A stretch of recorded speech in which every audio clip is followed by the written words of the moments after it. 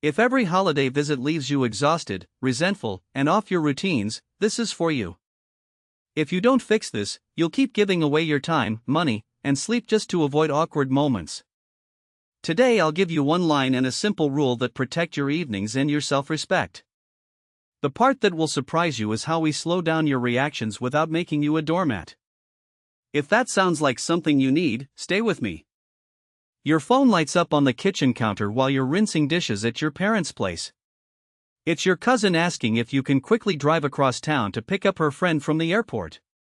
Your mom is calling your name from the living room because your uncle wants help setting up his new tablet. Someone else shouts that they need you to run to the store for more drinks. You glance at the clock, realize you've had zero alone time all day, and feel that familiar tightness in your chest. If you say no, you're selfish. If you say yes, you disappear. Here's the uncomfortable question. What if the real problem isn't your family or your friends, but the fact that you keep treating your own time and energy like they're unlimited and free? Every holiday season, your carefully built routines get bulldozed. You stop sleeping properly because you're staying up late fixing tech issues, driving people around, cleaning, watching kids, listening to everyone's drama. You spend money you didn't plan to spend because it feels easier than saying no. You feel guilty for wanting a quiet hour alone. And the cost isn't just a stressful week. It's that you start the new year already exhausted, resentful, and a little bit less trusting of yourself because you broke all your own promises again. Today, we're going to build you something different. By the end of this lesson, you'll have 3 polite no lines that you can use without sounding rude. You'll have a simple plan to time box your holiday commitments, so you know exactly how much you're giving in when you're done. And you'll have a clear, respectful exit line you can use to leave early without blowing up the vibe or ghosting anyone. Educational content inspired by classical Stoic texts. Not medical, psychological, or legal advice. We're not going to talk about cutting everyone off or going full drama mode. We're talking about quiet, calm, repeatable scripts that help you act like the person you say you want to be, someone who shows up with love but doesn't sacrifice their mental health or long-term goals. Think of this as learning to defend your calendar, your sleep, and your sanity during a time of year where everyone else seems to think they're entitled to them. Here's how we'll do it. First, you'll get clear on your holiday bandwidth so you stop saying yes by default. Next, you'll learn one simple no plus reason plus alternative line that fits almost any task from family or friends. Then, we'll build a time box plan so you know when you arrive, when you leave, and what you're actually there to do. After that, you'll learn how to handle guilt trips and emotional pushback without snapping or shutting down. And finally, we'll walk through a real Friday night holiday gathering where you use these exact scripts to stay calm, present, and out of the resentment spiral. In a bit, we'll walk through that Friday night situation where these tools actually save you from exploding at someone you care about. You'll see yourself standing at the door, keys in hand, heart pounding, and instead of staying too long or storming out, you'll quietly use one sentence that changes the whole night. Stay with me until the very end, and while you're here, hit like, tap subscribe, and share your thoughts in the comments. The first change is simple but uncomfortable. You need to decide in advance how much time and energy you actually have to give this season, instead of letting other people decide for you in the moment. If you never do this, the holidays become an open buffet where anyone can pile commitments onto your plate. You think you're being kind, but what really happens is you run out of patience and blow up or shut down at the worst possible time. This works because your brain handles trade-offs better when they're made in calm moments, not under pressure. When you're already in the living room with everyone staring at you, it's 10 times harder to say no. You're fighting guilt, expectations, and the fear of being judged. But if you've already decided, for example, that you're doing 2 family events and 1 friend hangout this week, every new request has to fit inside that budget. You become someone who respects their limits and shows up with intention, not someone who lets the loudest voice in the room run their life. Here's one line you can use for yourself before the chaos starts. This holiday, I'm giving myself a budget of X hours and Y events. Anything outside that is a no or a maybe next time. You don't have to say this out loud to anyone. It's your internal rule. But you can also adapt it if someone is pushing you to overextend. I've already committed my time for this week, so I can't add anything else. Picture this, it's early December in Toronto. You're sitting at your kitchen table after work, staring at a group chat full of invitations. Your sister wants you at a family dinner on Friday. Your friend group is planning a secret Santa party on Saturday. Your coworker is hinting that everyone should show up at the office happy hour. Old you would say yes to all three, then survive on caffeine and adrenaline. Now you take a breath, open your calendar, and decide you have bandwidth for 2 social events this week. You pick the family dinner and the secret Santa. When your coworker nudges you again in the hallway, you say, "I'd love to, but I've already committed my time this week. Maybe next round." It feels weird for 5 seconds, but later, when you're not dragging yourself through the weekend half dead, you realize you just protected your future self. The tiny action for today is straightforward: choose your holiday bandwidth for the next 7 days. Decide how many family gatherings, friend hangouts, or outings you're willing to do, and write that number down. Then, look at your calendar and block the spaces you've already promised. Anything new has to fit inside that, or it's a no. Hold this limit in your mind, because when we get to the story later, you'll see how having a clear bandwidth number keeps you from snapping at someone you love when they ask for one more thing. The next idea is this: most holiday stress doesn't come from the tasks themselves, it comes from how vague and panicked your responses are. You waffle, you stall, you say maybe, and then you end up doing things you never wanted to do. You need one simple, polite refusal script to lean on when people come at you with last-minute plans, extra favors, or "it will only take a second" requests. If you never learn this, you keep trading your peace for awkwardness you're trying to avoid. This works because a clear, calm no followed by a brief reason and, when appropriate, an alternative makes people feel respected, even if they're not thrilled. Humans respond better to structure than to ambiguity. When you say, "I don't know, let me see," what they hear is, "keep pushing me." When you say, "Here's my limit, here's why, here's what I can do instead," you're modeling adult-to-adult communication. This is how a calmer, more focused version of you responds instead of reacting. Here's your exact line: "I can't do that, but here's what I can do." You can adapt it to fit the situation. "I can't drive across town tonight, but I can help you figure out an Uber." "I can't stay late to clean up, but I can stack plates for 10 minutes before I go." "I can't host this year, but I can bring a dish." Now imagine you're in a small house in New Jersey a few days before Christmas. You've just arrived after a long drive. You're barely out of your coat when your aunt says, "Can you pick up your cousin from the train station in an hour?" Old you hears the request, feels that rush of guilt, and says sure before you've even checked your energy level. Later, you're white-knuckling it through traffic, hungry and irritated, telling yourself you're being used. New you hears the same request, feels that familiar pressure, and pauses. You remember your script. You say, "I can't drive out again tonight, I'm really wiped from the trip. But I can help you order a rideshare or send them some directions." Your aunt might sigh or say, "It's just one thing," but the moment passes. You stay put, you keep your evening, and you're actually present for the people in front of you. Your tiny action: write down your version of "I can't do that, but here's what I can do" in your notes app right now. Think of one likely ask: driving someone, cooking something, watching kids, and fill in the second half of the sentence. The point is not to be perfect. The point is that the next time someone throws a last-minute favor at you, you're not improvising from panic, you're reading from a script you chose while calm. Keep that sentence close, because when the pressure spikes later in our story, this is the line that lets you stay kind without being a doormat. Now we tighten things further. It's not enough to decide what you'll say yes or no to, you also need to decide how long you're willing to be in any situation. If you walk into holiday gatherings with no time frame, you drift. You stay just a bit longer out of guilt, you get pulled into 3 extra tasks, and suddenly your entire day is gone.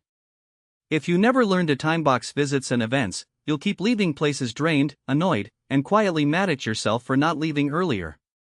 This works because your brain relaxes when it knows there's an exit. When you arrive somewhere with a clear end time, you're more present. You're not stuck in endless mental negotiations about when it's okay to go.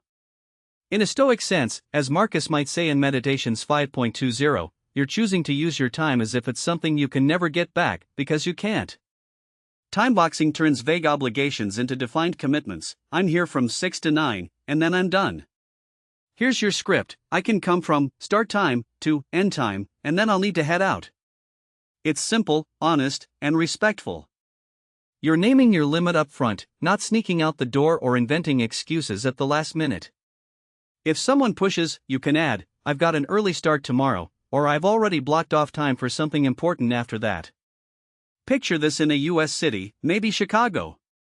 Your siblings are planning a holiday movie night at your parents' place on a Friday. You're invited, plus there's an expectation that you'll help set up and troubleshoot the TV, because that's just your thing. Old you would show up at 5, fix everything, stay until midnight, and then drag yourself into the weekend. New you texts the family group chat, "I can be there from 6 to 9. I'll help set things up when I arrive, but I'll need to head out after the second movie." When you arrive, you remind your mom in a relaxed way, "Just a heads up, I'm leaving around 9. At 8:50, someone suggested starting another movie. You feel the pull, but you stick to what you said, "I'd love to, but I need to head out soon. Let's plan another night." You leave on time, and instead of feeling guilty, you feel aligned with the person you're trying to be. The tiny action here is to choose one upcoming event, family dinner, holiday party, church gathering, whatever, and decide your start and end times before you go. Then communicate that to at least one person involved. You're not asking for permission, you're sharing your plan.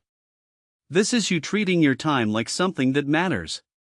Soon we'll step into a Friday night where the room gets loud, the pressure ramps up, and this exact time-boxing move is the difference between walking out calm versus storming out in frustration.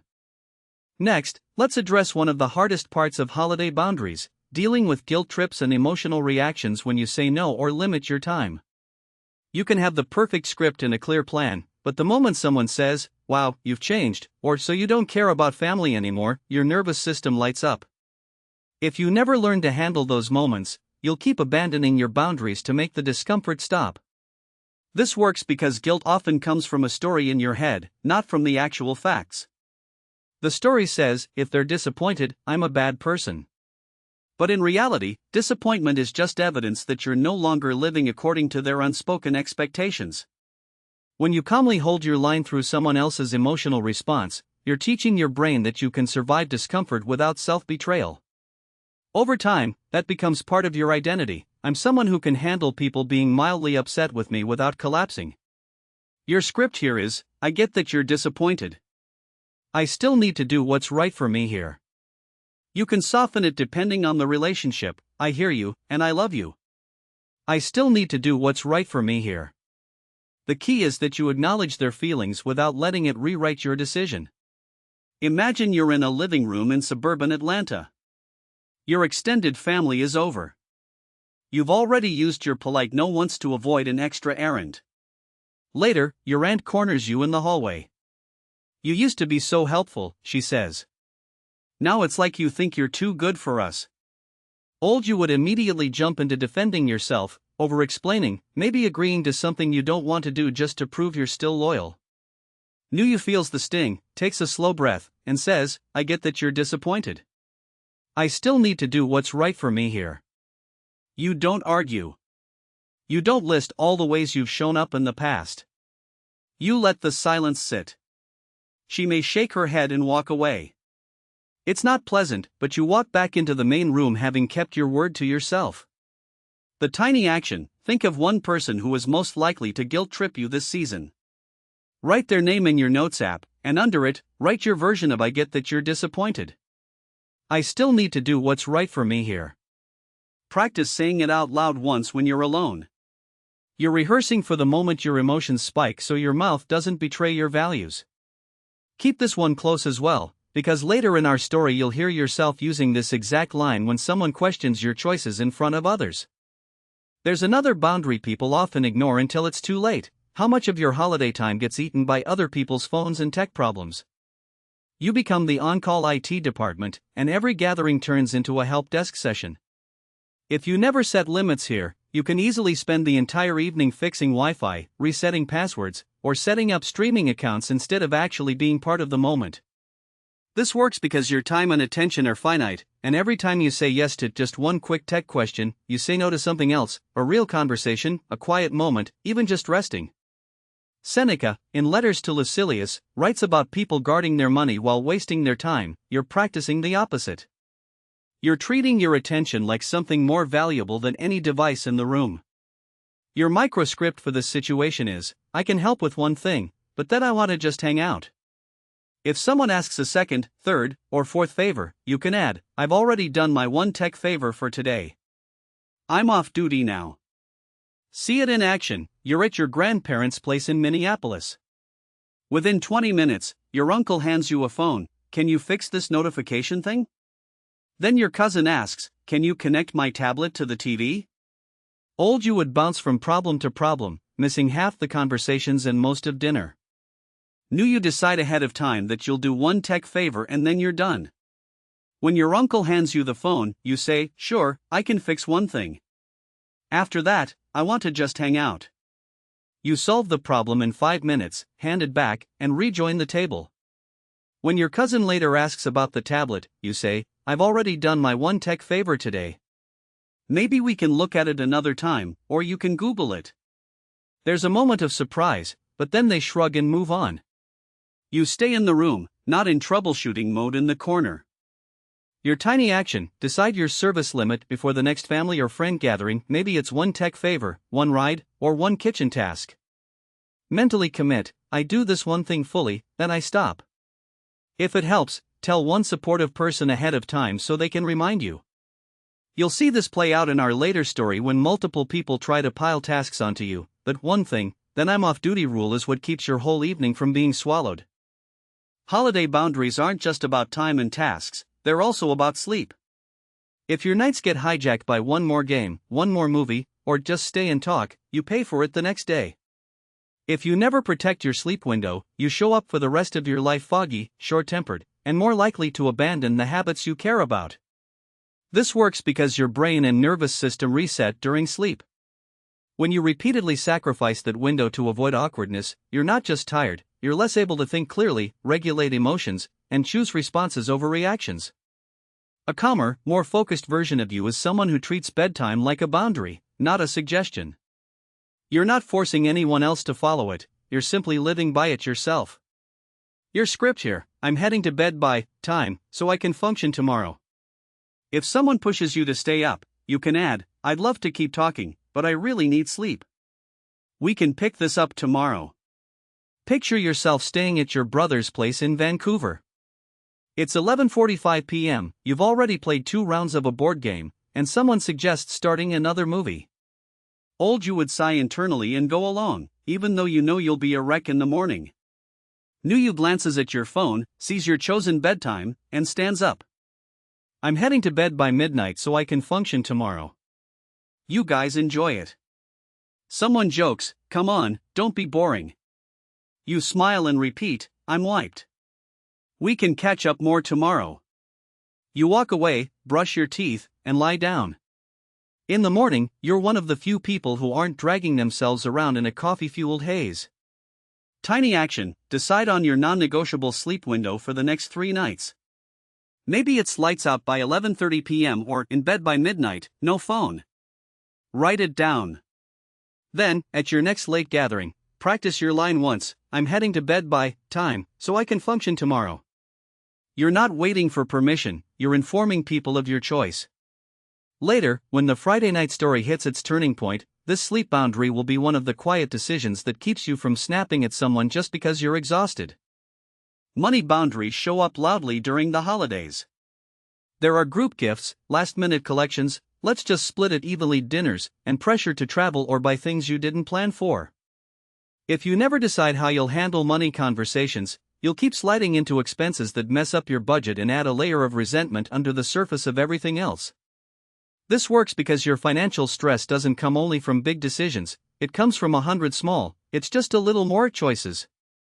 When you let group pressure override your budget, you're teaching your brain that your future self's stability matters less than avoiding an awkward moment in the present. Aligning your spending with what you can actually afford is an act of respect for yourself and, indirectly, for the people close to you who are affected by your financial health. Your script, that's not in my budget this year, but here's what I can do. It's honest and specific.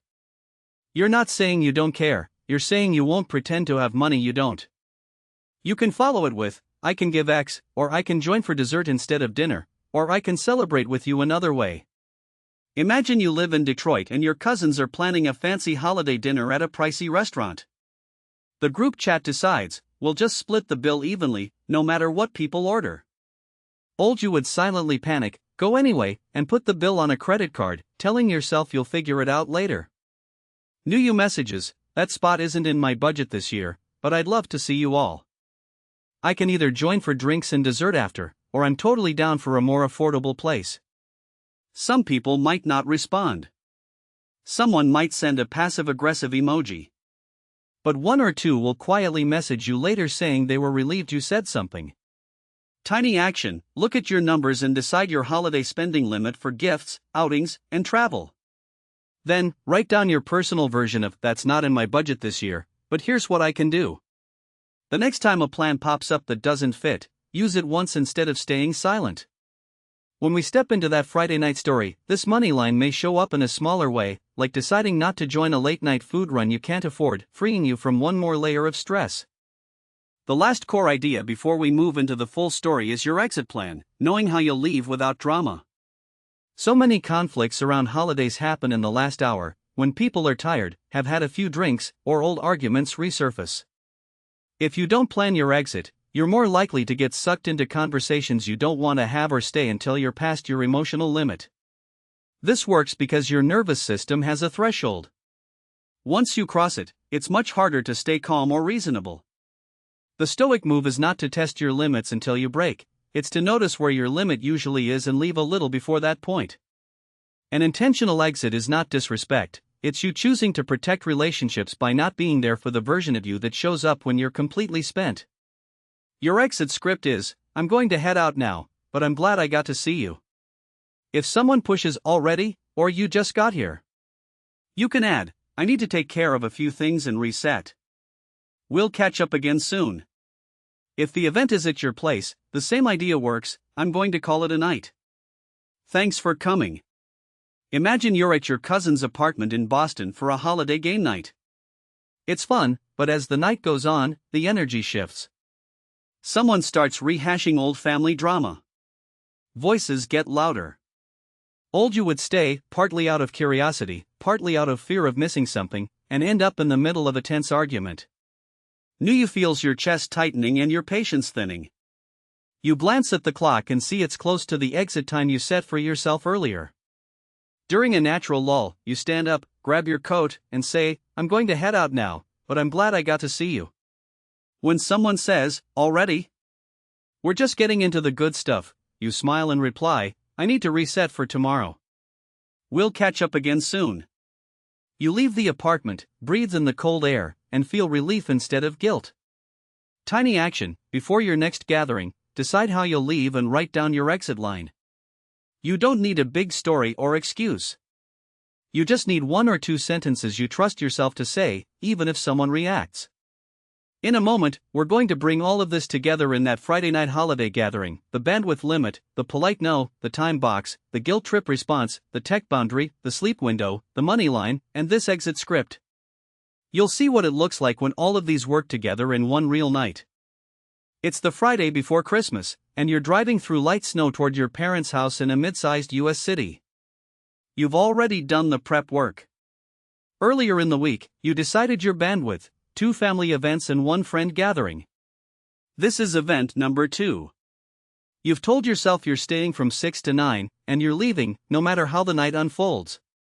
You've got your I can't do that, but here's what I can do line ready, your tech help limit set at 1 favor, and your exit script sitting quietly in the back of your mind. You walk in with a small dish you actually had time to make because you didn't overcommit all day. The living room is full, siblings on the couch, cousins near the kitchen, kids running around with sugar highs. Within 10 minutes, your mom calls from the dining room, can you help your uncle with his new phone? He can't figure out how to set it up. Old you starts to rise automatically. Now you take a breath and remember your rule. You walk over, smile, and say, sure, I can help with one thing, but then I want to just hang out. You spend 10 minutes walking your uncle through the basics, making sure he can at least call and text. When your cousin swoops in afterward with, oh, and can you fix my tablet too, you reply, I've already done my one tech favor today. Maybe we can look at it another time. There's a short pause, then she shrugs and wanders off. You stay in the conversation at the table instead of vanishing into troubleshooting mode for the rest of the night. Later, during dinner, your aunt mentions a last-minute plan: we're all going to drive across town after this to see the lights. You can drive, right? This is exactly the kind of moment that used to throw your whole night off. You feel the familiar tug: say yes, be helpful, don't rock the boat. But you glance at the clock and see it's already 7:30. You think of your time box, your sleep window, and the long drive home. You respond with your script: I can't do that, but here's what I can do. I can help you look up the route and maybe find parking options, but I'm heading out around 9. She looks disappointed. You never want to do anything anymore, she says, half joking, half accusing. You feel your chest tighten, your jaw clench. This is the old tipping point where you'd either cave or snap. Instead, you hold her gaze and say calmly, I get that you're disappointed. I still need to do what's right for me here. You don't rush to fill the silence. The table goes a bit quiet for a beat, then someone changes the subject. You notice a wave of shaky adrenaline in your body, but it passes. You stayed aligned with your plan. As the night goes on, someone suggests ordering a big late-night food delivery. We'll just split it evenly, your cousin says. You do quick math in your head and realize it doesn't fit your budget. Old you would swallow the discomfort and go alone. New you use your money line: that's not in my budget this year, but here's what I can do. I can chip in a smaller amount, or I can skip the food and just hang out. A couple of people shrug, one quietly agrees and says they'll just snack on what's already there. The order gets adjusted. No one dies. The world keeps spinning. Around 8:50, the living room energy shifts. The kids are cranky, the adults are getting louder, and old family stories, the kind that always end in someone feeling attacked, start popping up. You feel your bandwidth thinning. This is the moment that used to hook you into staying another 2 hours just to see what happens, only to end up in the middle of an argument, feeling like you're back in high school. You check the time again. Your inner voice reminds you, you said 6 to 9. You remember your exit line. During a lull in conversation, you stand up, grab your coat, and say clearly but warmly, I'm going to head out now, but I'm glad I got to see you. Your mom says, already? You just got here. Normally, that would reel you back in. Tonight, you respond, I've been here since 6, and I've got an early start tomorrow. I want to reset a bit. We'll catch up again soon. You give a few quick hugs, ignore a small eye roll from the corner, and walk out the door. In the car, you sit for a second before starting the engine. Your body still hums with leftover tension. But underneath that, there's a new feeling: quiet self-respect. You kept your time box. You said no without lying. You handled a guilt trip without caving. You didn't overspend out of pressure. You did one tech favor and stopped. You left before your patience snapped. When you get home, you actually have an hour to wind down, maybe read a few pages of something or just sit in silence. You go to bed at the time you chose earlier in the week, and you wake up the next morning not dreading the rest of the holidays. That Friday night didn't turn you into a different person. But it showed you something crucial: when you prepare your scripts and limits ahead of time, even messy, emotional environments don't get to decide who you are or how you show up. What this whole lesson has really been about is responding instead of reacting during the holidays, especially with family and friends. It's about moving from I do whatever anyone asks and then explode later to I decide my limits and communicate them calmly. It's the difference between drifting through the season on guilt and expectation and walking through it with intention, protecting your focus and your self-respect. First, you saw that the pain isn't just the busy schedule, it's the way your routines and limits get bulldozed when you don't have clear boundaries. We named the stakes: if nothing changes, you keep starting the new year exhausted, resentful, and disappointed in yourself. Then we built the foundation by having you set your holiday bandwidth, deciding in advance how many events and how much time you're willing to give, instead of treating your time like an open bar for everyone else. Next, we gave you that simple refusal script: I can't do that, but here's what I can do. You saw how one honest, calm sentence can replace hours of overthinking and resentment. After that, you learned to timebox your visits, arriving with a start and end time and stating it up front, so you're present while you're there and free to leave without drama when your limit hits. You connected that to the Stoic idea of treating your time as something more precious than any holiday tradition. Then we moved into handling guilt and emotional pushback. You practiced saying, "I get that you're disappointed. I still need to do what's right for me here," instead of collapsing or over-explaining every time someone reacts. From there, you set a service limit for being the family tech support or whatever role you usually get stuck in, so you could offer help once without getting trapped in an endless stream of favors. We also looked at sleep as a boundary, not a suggestion. You chose a bedtime and rehearsed saying, "I'm heading to bed by time, so I can function tomorrow," because in the future you deserve a say in how long you stay up tonight.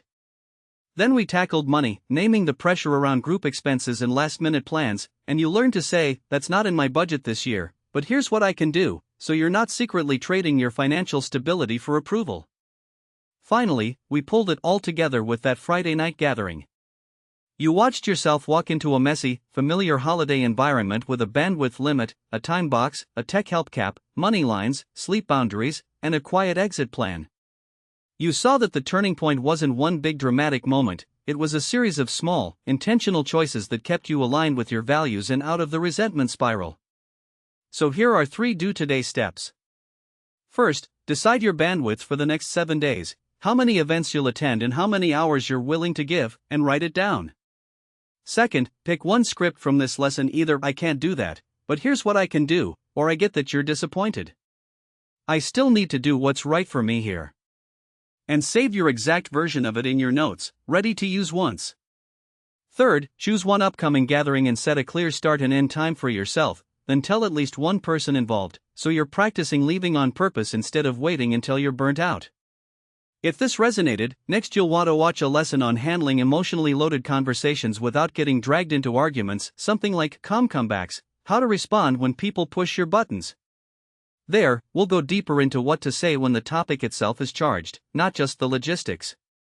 If you feel messages like this need to reach more people, subscribe to the channel so you never miss the next lesson.